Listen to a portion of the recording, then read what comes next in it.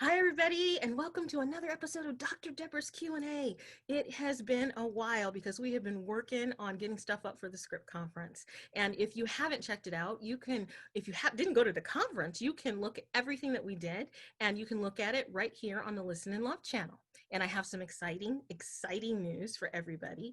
We have, it's on this side, merch. This is a Dr. Deborah hoodie, and on the back it said, "Let's listen, let's love." And as you can see, there's stuff behind me. We have t-shirts, we have all kinds of stuff. We're coming out with tank tops. So please go to the Dr. Deborah's Things and More store and get your merch. You can also get merch for the script conference and wear that to support male survivor trauma and violence. And all the proceeds go to continue the conferences for male survivor trauma and violence.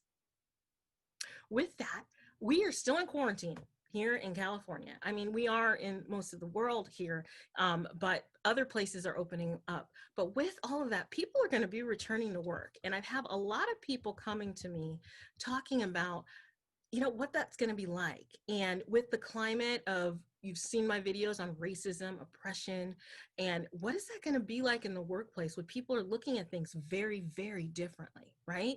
Because we talked about microaggressions at one point. And I'm wondering how people are going to, navigate through that when we're becoming an anti-racist place and coming an anti-racist country and an anti-racist organization. People say that a lot. And I always tell my son, it's not just about being anti-racist. It's just about looking at another person's perspective and thinking about how they would feel, because really to be racist against somebody, as you heard me say, you have to have institutional power. And if you don't have that power, you're really evoking your prejudices on people, right? But if everyone stopped doing that, then you wouldn't really have racism happen. But let me redefine microaggression. Microaggressions are statements or actions that are subtle, that you can't quite place your finger on, but you know that they have a connotation to them that has you feel a little bit oppressed or feel like there's another perspective or point of view that you don't know what it is. And you don't feel that your cultural differences are being heard, or you feel like things are happening to you because of your cultural differences. So I'm wondering if there's a talk about this. I mean, you heard my NOMIC presentation on corporate trauma, but I want to take it a step further, because there's a lot of countries out there that are in this situation and people are returning to work. And everybody knows I love New Zealand, and New Zealand is like a country that is so open to different perspectives and point of views. So I contacted a psychologist in New Zealand to come talk to me today. And her name is Samantha Patel, and she is just dynamic. So I am going to welcome her in here with me, and I'm going to bring her in here, and she's going to introduce herself. Hey, Sam, how are you? Good, how are you? Good. I was just telling everybody about you and how dynamic you are. So they can read your bio that's dropped below or go to any of my websites, but I would love it if you would talk about who you are and all of your fabulousness for me. Okay, well, I'll give it a go. So, kia ora, my name's Samantha. I'm a psychologist in New Zealand. You might be able to tell that I'm actually, I was born in England, so my accent is not so Kiwi, but I've been here for 13 years now. And I guess my background in psychology has had a bit of an interesting journey. I am still a forensic psychologist, qualified in the UK. And since I've been in New Zealand, I still do forensic, but more interested really in organisational psychology in the workplace. And I guess the main reason for that is because my experience of working in psychology and then as a leader has been one that wasn't necessarily and still continues not to be like an easy journey, and one that's been really marred in some ways by the fact that I'm not white, I'm not male, I might not fit a stereotype that people might have of what a psychologist looks like or what a senior leader looks like, etc. So it's really kind of led me to look into how do we ensure our workplaces are inclusive, are recognizing of differences and provide opportunities for all rather than a set group. So that's really where my interest comes from in this topic as well. Yeah, that's very interesting, because when we talked before, I met you in a prison, right? And I didn't put all of that together, but it's such a unique thing, because I was talking before you came on about how there's different things in the workplace where people are trying to become anti-racist, and you can't just be anti-racist. You have to stop, the prejudiced thoughts that evoke the behavior, because racism is a behavior, right? So I'm wondering, how can we create equity in the workplace? I mean, is it possible?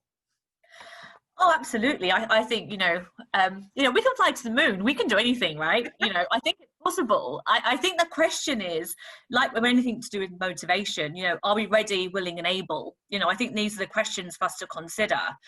I think usually what happens with most things that are difficult, we want to put them in a box, right? If I do these things, then is that just okay?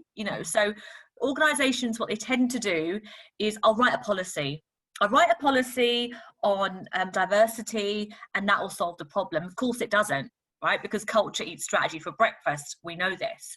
So I think a way that I like to think about equity is using a metaphor of riding a bike, right? So life is a journey, right? So let's say life is a journey, a work life journey, a home life journey, a parental journey, whatever it might be. So we've all got this bike, right? And we're all given a bike, and we're at the beginning of this race, right? The thing is, there's only one bike that's been given to us, but I'm a paraplegic. I can't ride that bike.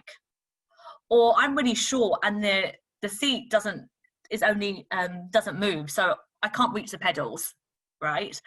Etc. So although everyone's got a bike, which might be seen as equality, everyone's got the same chance, actually it's not equity, because my bike doesn't work for me. Right? I can't ride my bike. So don't tell me I've been given one when it doesn't work for me. So equity is not just being given the same go, but being given a fair go. And I think that's what's often missed in the workplace. So, for example, when we think about recruitment, people will often say to me, especially here in New Zealand, for example, we do have disparities across the board for Māori, which is our Indigenous population.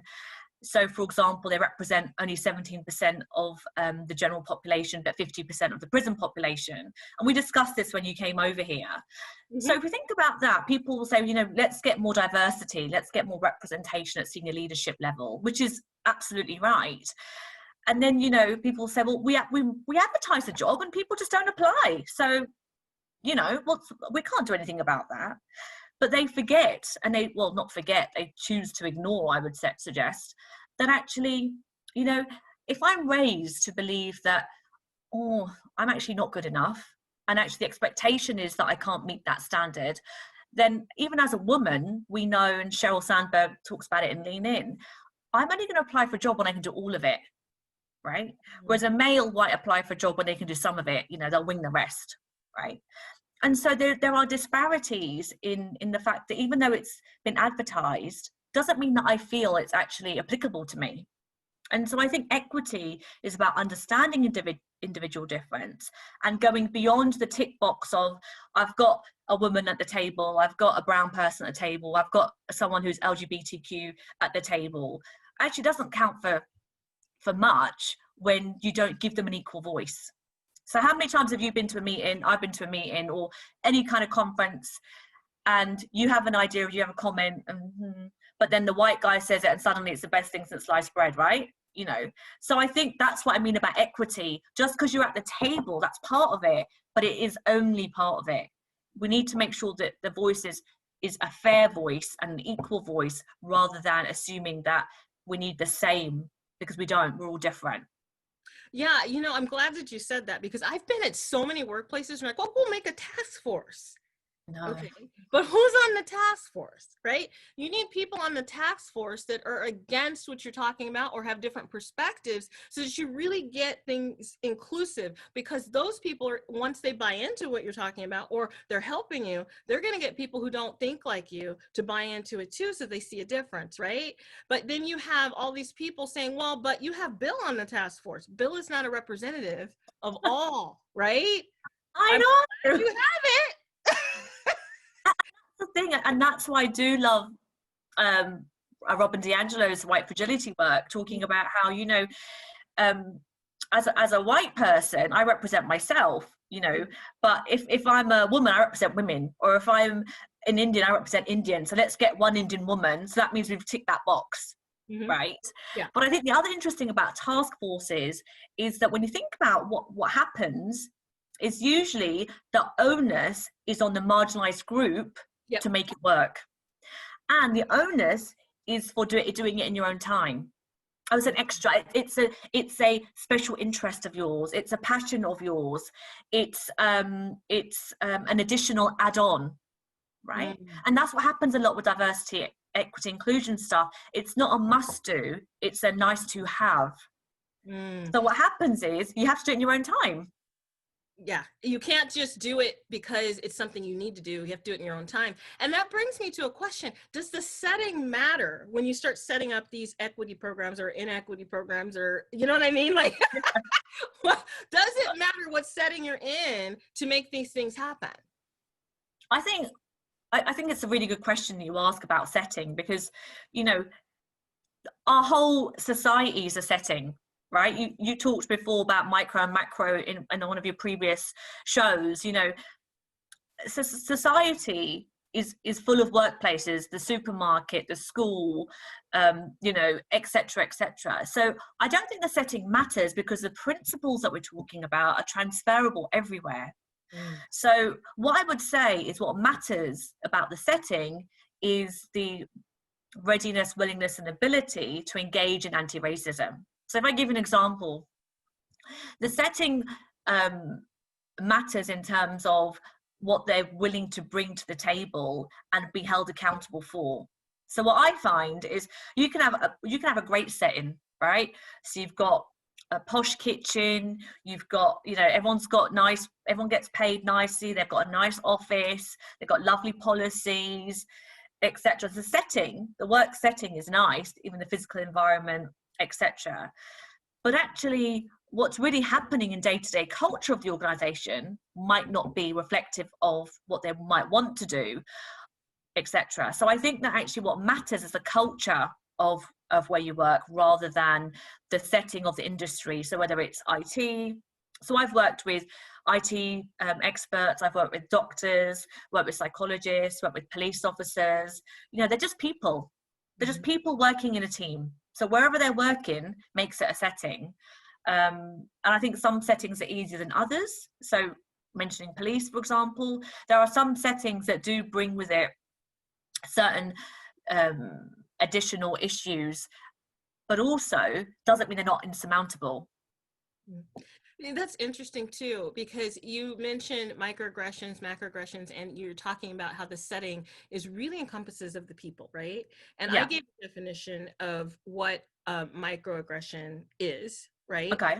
I'm wondering, because of the cultural differences between us, because you're from many different places, what is your definition of that? And do you think that could lead to inequity? Oh, absolutely. So let me tell you a real story, right? So I give you a few examples of how they might change over time. So 10 years ago, maybe a bit longer, 15 years ago, I'm setting up at a conference in the UK, and I'm going to be presenting at that conference. I'm setting up, and it's in a hotel, right? So I'm in the room setting up my computer and all this, you know, and someone comes in and says to me, "Oh, can I have a cup of tea?" So I say, "Oh yeah, I think the tea and coffee's out there." They're like, "Oh, can't you get me one?" Right? Obviously, they think that I'm working at the hotel in some capacity as a waitress or whatever. Okay. So forward 15 years, I'm in New Zealand. I'm in a hotel. I'm setting up for again a workshop that I'm delivering. Right?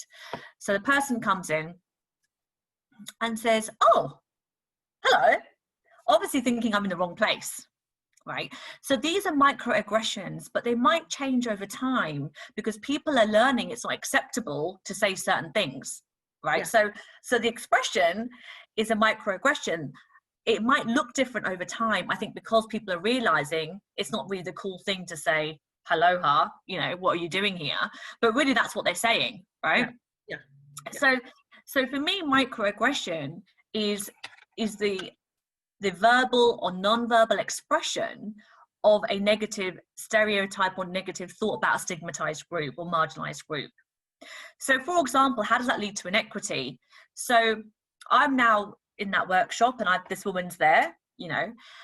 So she's thinking, I mean, let's think about it. She's thinking, oh, how come she's doing this? Like, doesn't make sense to me. There has been a threat to her worldview. There has been a threat to her stereotype. She's processing that. So her brain is using some of its energy to process that, not listening to what I'm saying. So if we think about the race and the bike metaphor we talked about before, I'm riding my bike. She's the judge, right? She's the referee of the race, but she's not concentrating on really how well I'm riding it. She's thinking, how the hell did I get there in the first place? That's what she's thinking about, right? And if I make a mistake on the bike, or if I fall over, or say I'm charting and I make a spelling mistake, she's not thinking, oh, that's just a mistake. She's thinking, well, you know.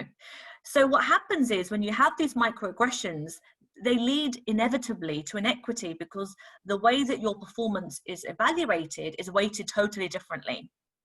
And we know about bias, we know about confirmation bias, right? I will look for evidence that confirms my bias. So people, it's not unusual, people say to me, your English is really good. And they say it like that with the head tilt, right? You know, your English is really good, you know. So the expectation is that I can't speak English with the accent that I speak, right? Yeah. And so, you know, what happens is then they're thinking, oh, I wonder how she did learn English. Whereas then the next question is, oh, where are you from? I said, oh, I came, you know, I'm from England. Oh, you're from England? Yeah. Oh, so you moved from India to England? No, I was born in England. Oh, you're born in England? Yeah, I was. Oh, so are your parents from India? No. Oh, my parents are from Tanzania, East Africa. So, you know, the questions go on, right? Because what do they want me to say? They want me to say, I'm Indian. They want to be able to have a linear relationship between their stereotype, their worldview, and the presentation they see in front of them. When that doesn't happen, their brain is processing that, which means that when I'm then working, not just myself, but anybody in the workforce, the way that their performance is then evaluated is totally different compared to somebody that brain processing is not going into, how do they even get here? Yeah. Right? Absolutely. My favorite one that people say to me is, oh, you're not what I expected. I love that what one. that means, right? Totally. So usually I say, well, what did you expect? Yeah. And that silence. They're done. They're done with me, right? Because it tells them a couple of things. It tells them, oh, well, she's very assertive, right? And I don't know if I want to respond to that, or so they go, oh, maybe that wasn't very nice, is what I'm hoping, right? Well, because like, wow, you know, people don't get that. And you know, in this whole thing, I realize it could be traumatic for people, right? Very much. So how is this traumatic from your perspective for the person and for an organization as a whole? Well, I think the fact that somebody is constantly in a state of hypervigilance, you know, because, you know, am I going to be safe in this situation? Am I going to be constantly mistreated, treated unfairly, etc.? So that state in itself is a stress response, right? So of course it's traumatic. And I think for organizations in particular, you know, when you have that, especially when you have a large group of marginalized people in an organization, that's going to happen more and more. But also, if we think about racism, for example, the system perpetuates it. So say, for example, you know, when I work with some organizations that are primarily non-white, you know, they struggle to get contracts, they struggle to be seen as credible, they struggle to present themselves in a way to get the work, and that's a collective traumatic situation for them, because it's constantly happening, right? It's constantly happening. So then what happens is which happens, I've seen it across the UK and here, is then the organization, oh well, they're just not up to it. Well, it goes back to equity. Yeah, but you've assumed that they're the same. You're not recognizing they need something different. They need to be told something differently, or they need to be understood differently. And you need to change your metrics, so your metrics reflect actually what is needed for this group rather than what you think they need. Mm. So I think the trauma is constant because the system just perpetuates it, you know. Yeah. And I think it goes back to the idea that, you know, when we think about the expression of trauma as well, you know, we know, for example, research is telling us that, you know, if I'm a Black woman and I'm expressing emotion, I'm angry, right? You know, if I'm a white woman expressing emotion, I'm just upset. You know, I need support, right? Yeah. So even the way that trauma is expressed has to be inhibited sometimes in some ways, and people do it because they know that actually I'm just going to be seen as the angry Black woman, or Mm-hmm. you know, etc. So it's trauma on trauma, Yeah. right? So now I can't even express how I'm feeling.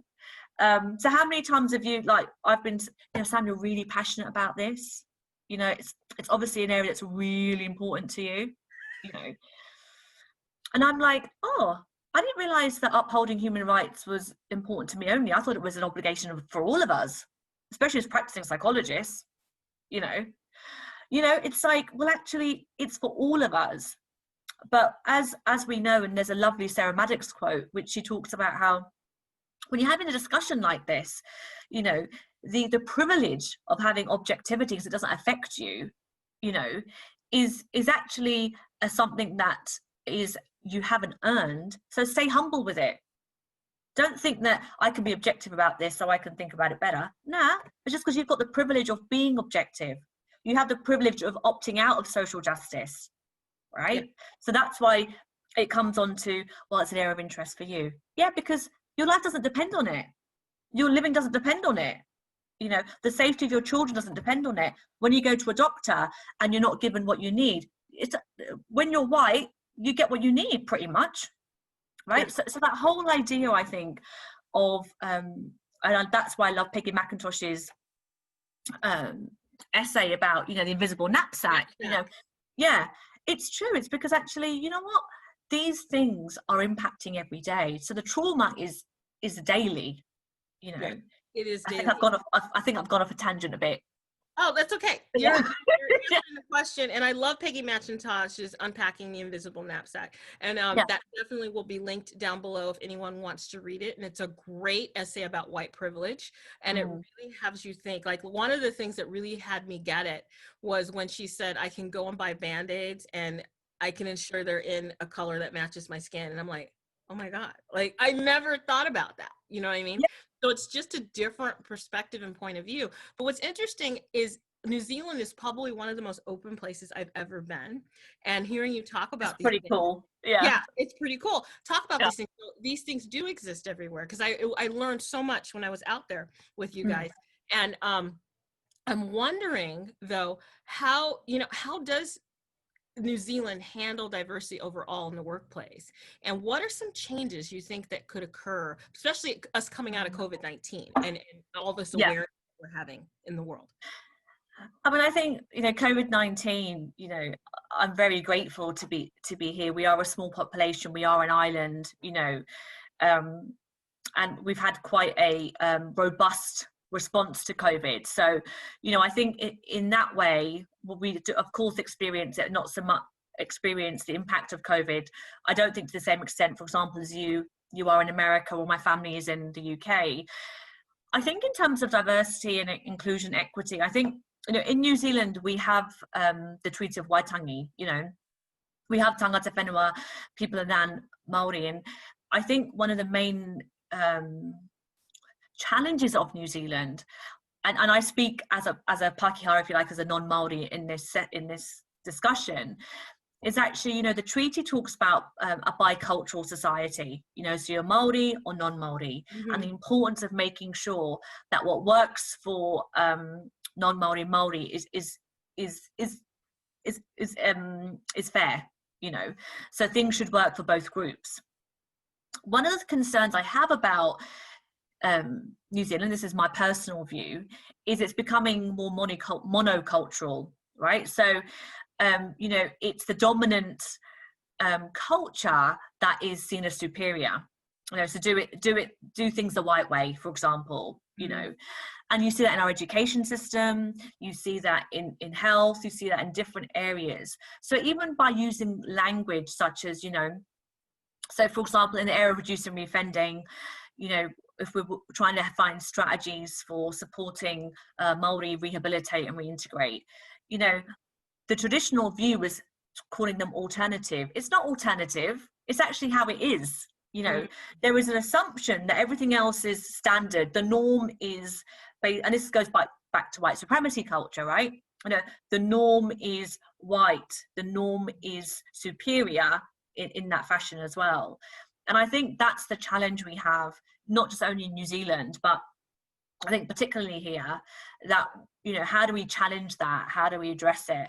And I think part of that is really about us holding each other to account. You know, I think that does not happen enough. And I think there is a fear of accountability because people don't want to take responsibility for the negative consequences of their actions, you know. And I think shame and accountability are very different things. And I think accountability at every level is what's needed. So, for example, when people say, oh, yeah, you know, we've got great diversity in our workplace, you know, I was thinking, what does that look like? Ask the question, you know. Yeah, I think we do pretty well. Okay, so tell me about the number of people who apply for a job, the number of people who get an interview, the number of people who are successful at interview, and how long certain groups last in your organization. Silence. So you can't actually tell me you're doing well because you've got one woman on the board, or because you've got one person who identifies as Maori in your team. That ain't cutting it. No, thank you. No, and how do you find solutions? Because one of the things that I've learned how to do is define this for people, like what is cultural sensitivity. And, you know, it's so easy if you think about it. It is being able to go somewhere, observe, and take in without really wanting to mess with what's going on there, right? You're Yes. just being culturally sensitive by learning. So how do we do that? What are some solutions? I think the first thing is the way that and culture sensitive, I love your definition because it goes back to the idea of respect, right? Respect for me is treating others how they want to be treated. So ask the question, you know, you know, how do I show you respect? What does that look like? What does support look like for you?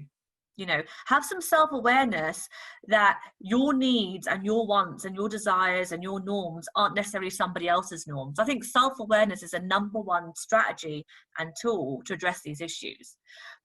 I think the second thing is to stay humble and have an open mind. You know, what can I learn here? What am I missing here? You know, what can I do differently here? And I think as psychologists, we really need to do that better. You know, when you think about even the work that we do in psychology, most of our studies are based on the weird, you know, white educated samples, etc. You know, most of our research, for example, one of the things that I'm working on in New Zealand is bringing to the fore the fact that a lot of the assessment tools we use, for example, are normed in North America. You know, that has minimal relevance here. You know, so I think asking the questions is really important, and having self-awareness, because otherwise we're just going to do what we've always done and we'll get what we've always got, which are ongoing disparities, and, you know, in some cases, you know, the loss of life, to be frank. Yeah, well, thank you so much. That was like one of my last questions. Do you want to leave us with anything? And then also tell us where we can find you. Okay. I guess what I want to leave you with is if nothing else, you know, really do consider asking the BIPOCs in your life, you know, what they might need right now. Don't assume, you know, reach out, show your understanding, and be an ally, stand by. Don't be the neutral, annoying person who says nothing when they see injustice, because then you're just part of it. I agree with Mr. Kendi's definition of anti-racism. You know, if you're not doing it, if you're not being active in being anti-racist, you are racist, full stop. But where you can find me, I'm on LinkedIn. I've got an email. I have a business called Responsive Consulting Limited. And yeah, that's me. Well, and all her information will be below, and also on my social media. You can contact me. I'm going to put you in the waiting room, and I'll bring you back as soon as I close out the show. Thank you so much for coming on today. Thank you so much. Thanks, everyone. Bye. Well, that was amazing. I love New Zealand. I always have. And I love how open they are to talking, and how open they are about people in New Zealand to talking about these issues that are such a hot button right now. So one of the things I want people to realize, we're all going back to work. That's how this is relevant. And we have to be mindful of someone else's trauma. You cannot judge it. You cannot walk in someone else's shoes. And until you have walked in someone else's shoes, you cannot judge what they're going through. So be mindful of all the things that are happening right now. And when people go back to work, that they may be a little hyper vigilant, as Sam said. They may have some issues that they need to work out. And organizations also need to be accommodating to that and show that they understand someone else's cultural perspective and worldview with cultural sensitivity. And it's not just about the color of your skin. It's about your life perspective and things that you've experienced. And how I would talk to my BFF, just be kind. I was telling my little boy the other day, is what you're saying kind? Is what you're saying adding value to the conversation? Or is what you're saying just trying to make yourself feel better? You have to think about those things, because sometimes when you're just trying to make yourself feel better, it doesn't come off as kind. You have to take in how someone else is perceiving your actions and what's going on, and support each other. We all need to just listen and love. You hear me say that all the time, right? Listen and love. And sometimes I want to stretch people to say, listen and love and understand. Go that extra mile. Not just hear the words, feel them, listen, hear it in your heart. Then respond in a loving, kind way, and then try to understand it from their point of view. So to wrap this up, we talked about a lot. We talked about corporate trauma. We talked about microaggressions in the workplace. We talked about going back to work. We talked about all these things that are definitely going to be happening in our near future, and we are still in quarantine. But you know what? That's okay, because we are learning as a world, a country, and a nation how to handle this. And next show, I don't know. It'll probably be a surprise. I'm going to go through and look at people's comments and bring it up, but look for it to drop on all of my social media channels. You can go and find me on Instagram. You can find me on Facebook. It's Dr. Deborah Warner. Well, actually, it's Deborah Warner or Dr. Deborah Warner. You can go and find it. And you can look at it below. You can click on it.